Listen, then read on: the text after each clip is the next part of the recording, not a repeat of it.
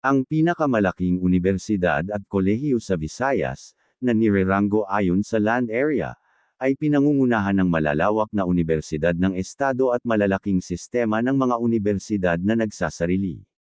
Ang napakalaking campus na ito ay nagbibigay ng napakalawak na espasyo para sa pagsasaliksik sa agrikultura, pagpapareserba sa kagubatan, at malawak na mga pasilidad sa akademiko sa buong rehiyon. Narito ang top 10 largest university sa Visayas.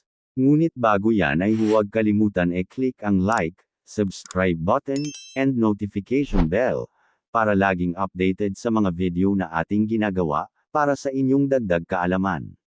Salamat! 10. Silliman University, Dumaguete City. Ang Silliman University sa Dumaguete City ay sumasaklaw ng humigit kumulang 62 hectares ng pangunahing campus grounds. Ito ay nahahati sa dalawang pangunahing pag-aari, isang 33 hectares pangunahing urban campus at isang 29 hectares agrikultura at marine laboratory campus. Matatagpuan sa downtown Dumaguete sa kahabaan ng Hebert Avenue, makikita dito ang karamihan sa mga gusaling pang-akademiko, mga makasaysayang landmark, at higit sa 300 siglong gulang na mga puno ng akasya. Sinasaklaw nito ang humigit kumulang 1/3 ng downtown area ng lungsod. Pinamamahalaan din ng universidad ang isang malaking 465 ektaryang rural property sa Ticao Island sa Masbate, na pangunahing ginagamit para sa kagubatan, agrikultura, at pananaliksik. University of San Carlos, Talamban Campus. Ang USC Talamban Campus ay ang pinakamalaking at pangunahing sentro ng agham at teknolohiya ng Universidad ng San Carlos, isang kilalang private Catholic research university sa Cebu City. Sumasaklaw sa humigit kumulang 78 hectares, malawak itong kilala para sa malalawak na bukas na espasyo, modern laboratory facilities, and peaceful, green learning environment. Ang USC ay sumasaklaw sa pinagsama-samang lupain na halos 88 hectares sa iba't ibang mga campus nito, kung saan ang Talamban campus lamang ang nasa 78 hectares. Nagmula ang USC bilang Colegio de San Ildefonso, na itinatag noong August 1595 ng mga Spanish Jesuit missionaries. Pagkatapos magsara noong 1768, ito ay muling binuksan noong 1783 bilang isang seminaryo at opisyal na naging universidad noong 1948. Mula noong 1935, ito ay pinamahalaan ng Divine Word Missionaries. Ang mga mag-aaral at alumni ng USC ay kolokyal na tinutukoy bilang mga Carolinians, at isa ito sa pinakamatandang institusyong pang-edukasyon sa Asya. 8. Negros Oriental State University, Catalina Campus. Ang NORSU Bayawan Santa Catalina Campus ay sumasaklaw sa kabuuang lupain na 78.5 hectares. Matatagpuan sa Car Anoche, Santa Catalina hangganan ng Bayawan City, Negros Oriental. Ang lupa ay pangunahing nakuha sa pamamagitan ng pagbili, maliban sa 11 donasyong ektarya. Naghahatid ito ng accessible, mataas na kalidad na mas mataas na edukasyon, kabilang ang edukasyon ng guro, agrikultura, teknolohiya ng impormasyon, at kriminolohiya, partikular na naglilingkod sa mga munisipalidad sa timog ng Negros Oriental. Ang NORSU Bayawan Santa Catalina Campus ay nagmula noong July 5, 1947, nang ito ay itinatag bilang Talong Junior High School. Ito ang pinakaunang pampublikong paaralang sekundarya na itinatag sa labas ng Dumaguete sa lalawigan. 7. Aklan State University, Banga Campus. Ang ASU Banga Campus ay ang pangunahing administrative seat at ang pinakamalaking campus ng Aklan State University. Matatagpuan sa munisipalidad ng Banga Aklan, ito ay sumasaklaw sa 100 hectares ng lupa sa paanan ng Sagradong Burol ng Manduyog. Ito ang pinakamatandang paaralang pang-agrikultura sa Aklan, na nagmula bilang Banga Intermediate School noong 1917, at kalaunan ay naging Aklan Agricultural College bago nakamit ang katayuan sa universidad noong 2001. Kasama sa campus ang mga dormitoryo ng mag-aaral, isang hotel sa unibersidad, isang swimming pool, at mga institusyong pananaliksik tulad ng Natural Fiber Technology Resource Center at ang Akyanon Studies Center. Ito ay sikat sa 14 Stations of the Cross sa Manduyog Hill Trail, na kumukuha ng libu-libong deboto sa panahon ng Lenten season. 6. Cebu Technological University, Barili Campus. Ang CTU Barili Campus ay isang satellite campus ng Cebu Technological University System, na matatagpuan sa Barangay Cagay, Barili, Cebu. Makikita sa isang malawak na 100 hectares rural na ari-arian, malawak itong kinikilala para sa mga pasilidad ng agrikultura, pampublikong klinika ng veterinaryo, at kurikulum ng agham. Orihinal na itinatag bilang Sudlon Agricultural School noong 1948, inilipat ang campus sa Lahog, Cebu City bago lumipat sa kasalukuyang permanenteng lugar nito sa Barili noong 2001. Opisyal itong isinama sa pinalawak na sistema ng CTU noong 2009. Ang CTU Barili ay nagsisilbing hub para sa rural development, nag-aalok ng hands-on na pagsasanay, extension projects para sa mga lokal na kooperatiba sa pagsasaka, at multidisciplinary na pananaliksik na nakaayon sa mga pangangailangang sosyo-ekonomiko ng Southern Cebu Corridor. 5. Central Philippine University, Haro. Ang CPU sa Haro, Iloilo City, ay sumasaklaw sa malawak na 195 hectares kabuoang lupain, na kinabibilangan ng 24 hectares pangunahing campus nito.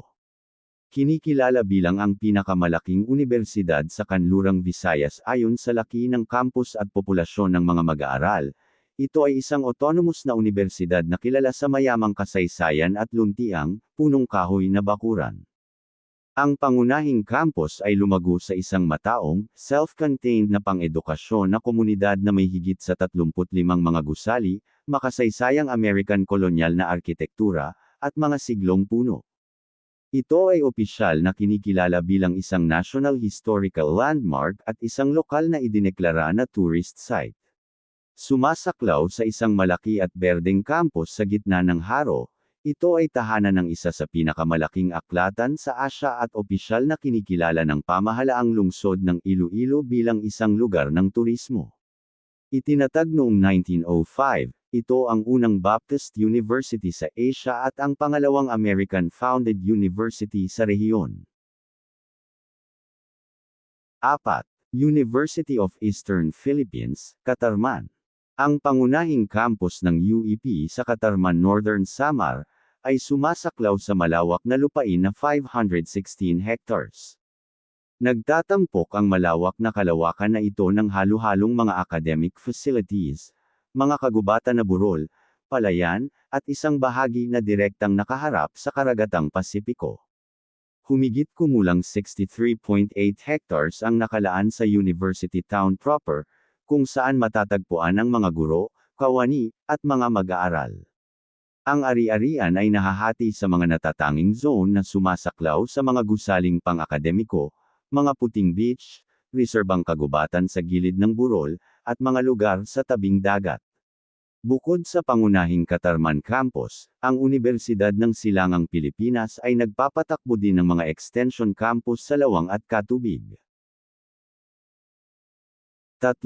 Visayas State University, Baybay.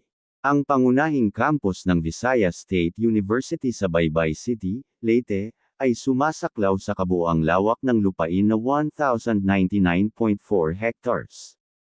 Ang napakalaking, magandang campus na ito, kadalasang kinikilala bilang isa sa pinakamagaganda sa bansa, ay umaabot mula sa baybayin ng dagat Camotes hanggang sa tuktok ng bundok Pangasugan.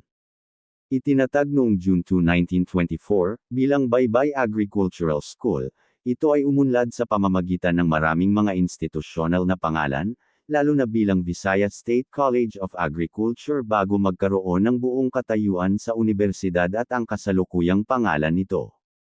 Kilala sa buong mundo at sa buong bansa para sa pamumuno nito sa agrikultura, kagubatan, food science, at kalyadong larangan, habang pinapanatili ang komprehensibong pag-aalok ng mga programa sa engineering, nursing, veterinary medicine, at edukasyon.